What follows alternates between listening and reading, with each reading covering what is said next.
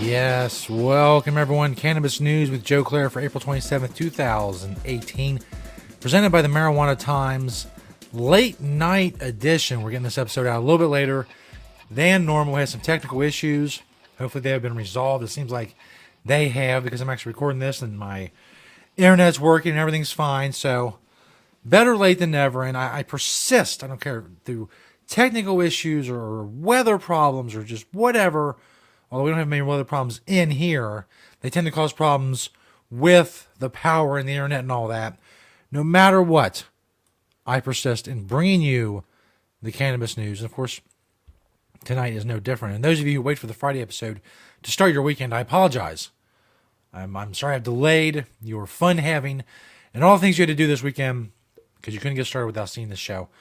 But here we are, the official end of the week. We're talking about possible conviction, a marijuana conviction expungement in Illinois. Also a new milestone for medical marijuana patients in Florida, although they still have no regulations. They have no sales. Things are dragging along, but they're hitting milestones nonetheless. Also, speaking of milestones, NORML delivers a bunch of signatures, a bunch of public comments. You may remember we talked a couple weeks ago about the FDA looking for comments about marijuana so they can respond to the World Health Organization. And a lot of people commented online. Even more people commented on this public delivery that NORML made. Talking about all that coming up. But first, of course, Cannabis News brought to you by NatureSideCannabis.com. Grow safe and poison-free with their organic, all-natural pesticides. You want to be regulatory compliant. If you live in a state where cannabis cultivation is legal, there are pesticide regulations more than likely. So you want to pass those regulations. You don't want to use harmful chemicals on your grow. You want NatureSideCannabis.com, a proud sponsor of Cannabis News with Joe Klare. Go and check them out. First story by Julia Granowitz over at MarijuanaTimes.org. Illinois gets closer to passing a bill to expunge cannabis convictions. State Representative LaShawn Ford introduced House Bill 2367, which would give marijuana convictions prior to decriminalization, those convicted, the option to ask a judge to have the conviction expunged, while it would not outright expunge records related to possession-related charges. It would give many the opportunity to have a clean record on a case-by-case basis. So, in other words, they would come before a judge on a case-by-case basis, and the judge and the court would decide whether or not to have the record expunged. The bill also requires that the offense be 3 or more years prior to the decriminalization law, which was passed in 2016.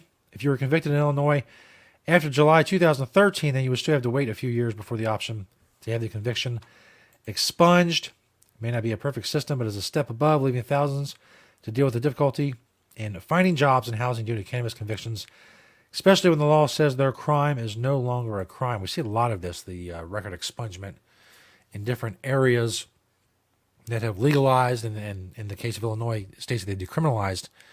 It's a natural progression of legalization. The people who were convicted of something that's no longer a crime and shouldn't have been a crime when they were convicted of it, to have the option to have their record expunged is a great thing, and is that they can help with employment, housing, and getting an education, qualifying for student loans.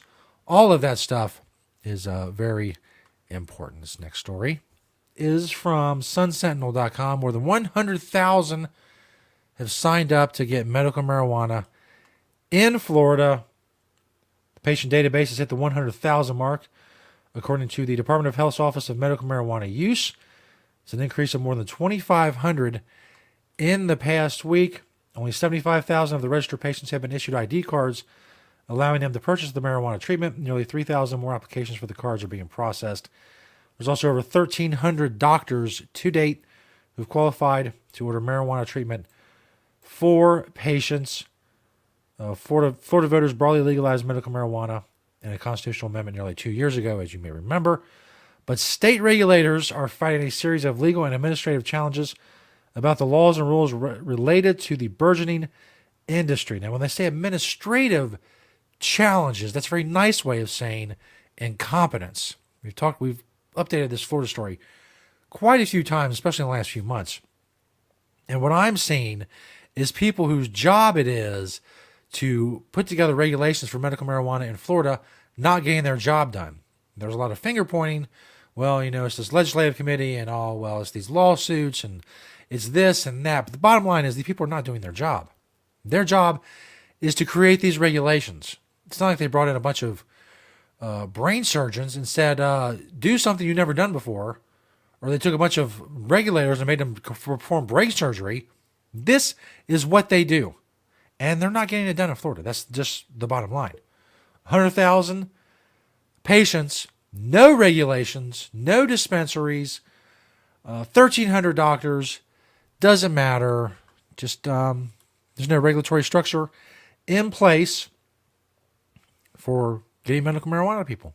Access in Florida, where now over 100,000 people have qualified and are in need. This last story is from NORML.org. NORML delivers over 10,000 citizen comments to the FDA calling for the reconsideration of cannabis prohibition. You may remember, as I said a couple weeks ago, we talked about the FDA and their time that they allowed for public comment on what they're going to say to the World Health Organization. The World Health Organization is asking countries to give them input about marijuana and cannabis and legalization.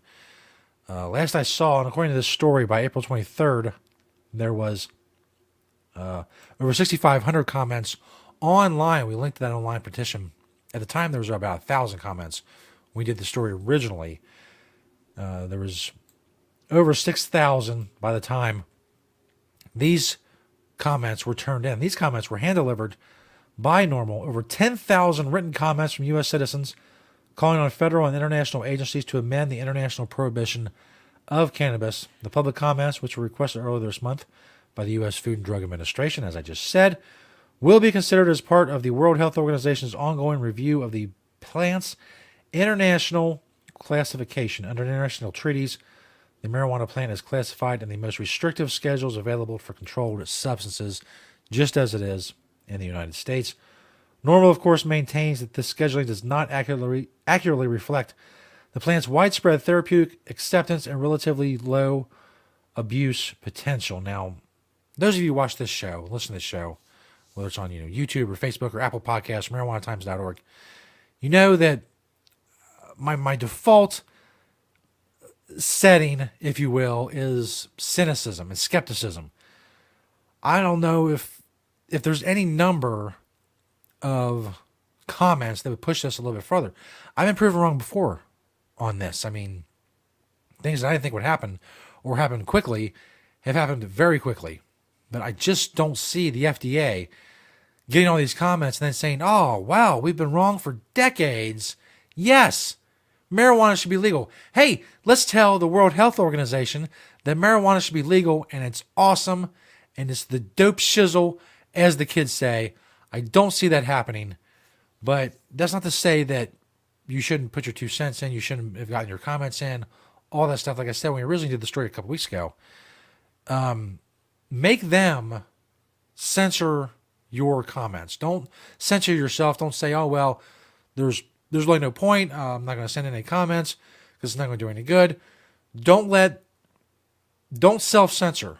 If they're going to keep these comments from the WHO, if they're going to try to hem and haw and obfuscate and just try to gloss over the fact that tens of thousands of people are commenting on the fact that cannabis is helpful and wonderful and needs to be legalized and shouldn't be criminalized, then that's on the FDA. But it looks like a lot of people got their comments in, which is a good thing. You can only do what you can do. Like I said, I'm skeptical that we'll do anything. I'm skeptical that the FDA is going to move on something that they haven't moved on in a very, very long time, or have moved very, very, very slowly on. But like I said, I've been proven wrong before. And if I am this time, if the FDA says, hey, we've looked at all this and, well, WHO, maybe we should, look at these classifications and maybe, back off a little bit, nobody will be happier than me that I was wrong and my prediction was proven wrong. That remains to be seen. We'll cover that, all the cannabis news that's to come as 2018 goes on here on Cannabis News with Joe Klare. Check out marijuanatimes.org for the latest cannabis news and opinion from the industry community and beyond. Thank you to NatureSideCannabis.com for being a proud sponsor of the show. Check out the organic, all natural pesticides, NatureSideCannabis.com.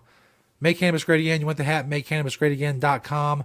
Helps us spread the word about cannabis, as does liking and sharing and commenting on these videos.